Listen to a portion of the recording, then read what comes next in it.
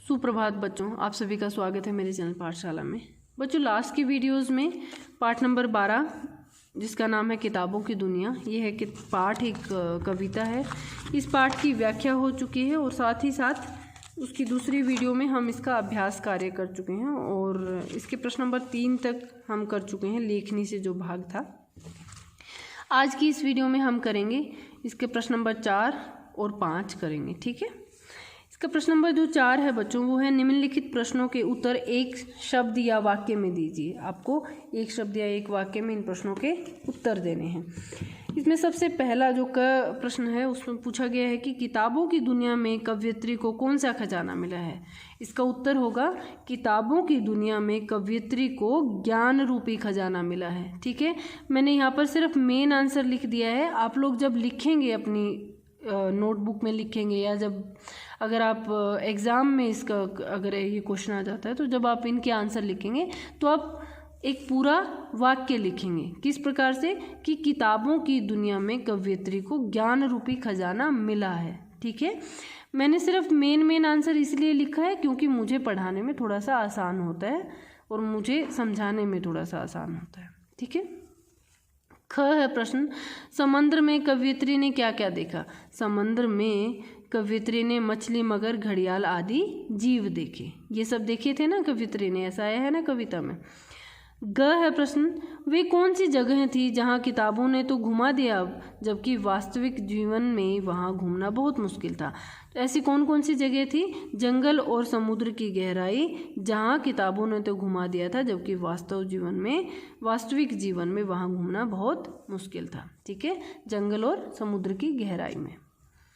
घ जो प्रश्न है वो है किताबों में कोयल, तोता, तितली कवयित्री के लिए क्या करते थे। किताबों में कोयल और तोता गाना गाते थे तथा तितली आकर कवयित्री की नज़र चूमते थे, ठीक है। इसका प्रश्न नंबर 5 जो है, आई होप आप सबको ये जो प्रश्न नंबर 4 में मैंने जो आंसर लिखे हैं वो अच्छे से समझ आए होंगे जो अभी भी हमने किए हैं।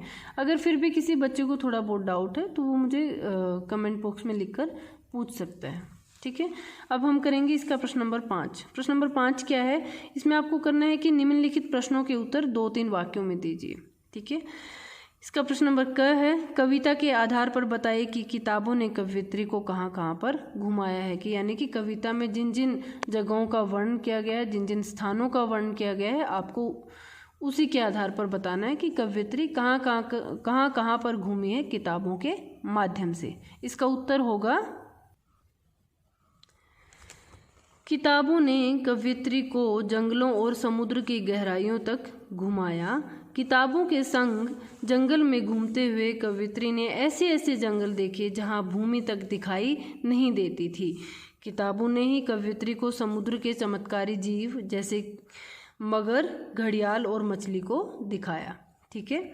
इसका प्रश्न नंबर जो ख है बच्चों वो है, इन्हीं संग सोई, इन्हीं संग खेली पंक्ति द्वारा कवयित्री और किताबों के बारे में क्या पता चलता है।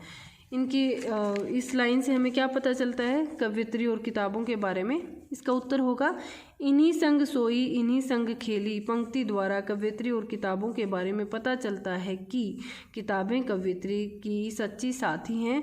वे उन्हीं के साथ खेलती थी और सोती थी, ठीक है। इन्हीं के बारे में पता चलता है। प्रश्न नंबर ग है बच्चों, वो है कवयित्री ने अपनी संगी सहेली किन्हें बनाया। इस दोस्ती से कवयित्री को क्या लाभ हुआ।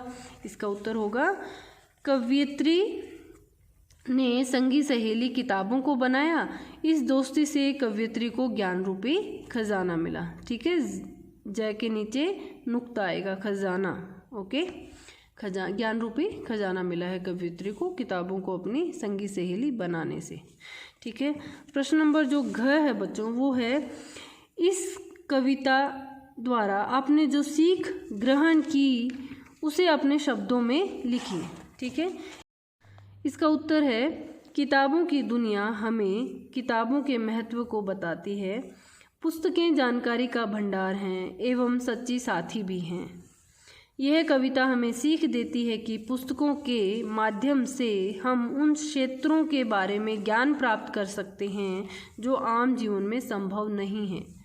हमें इन्हें अपना साथी बनाकर ज्ञान रूपी खजाना अवश्य प्राप्त करना चाहिए। जहाँ खजाना मैंने लिखा है बच्चों, जय के नीचे नुक्ता आएगा, एक डॉट आएगा, ठीक है, आप ये जरूर लगा देना। तो इस कविता के माध्यम से हमें क्या सीख मिलती है? इस कविता के माध्यम से हमें सीख मिलती है कि जो पुस्तकें हैं वो हमारी सच्ची साथी हैं, वो ज्ञान का भंडार होती हैं, और साथ ही साथ हम पुस्तकों के माध्यम से ऐसी ऐसी जगहों के बारे में जान सकते हैं, या फिर ऐसे ऐसे स्थानों के बारे में जान सकते हैं, या फिर ऐसे क्षेत्रों के बारे में जान सकते हैं कि जहाँ पर वास्तविक रूप से या फिर वास्तव में हम आम जीवन में पहुंच नहीं सकते हैं, या उनके बारे में हम जानकारी नहीं जुटा सकते हैं खुद से, ठीक है। तो इसलिए जो पुस्तकें हैं वो हमारे जीवन का आधार हैं, हमें ज्ञान देती हैं, और पुस्तकों को हमें सच्चा साथी बना लेना चाहिए, ठीक है। तो इस प्रकार से आप इस प्रश्न का उत्तर दे सकते हैं।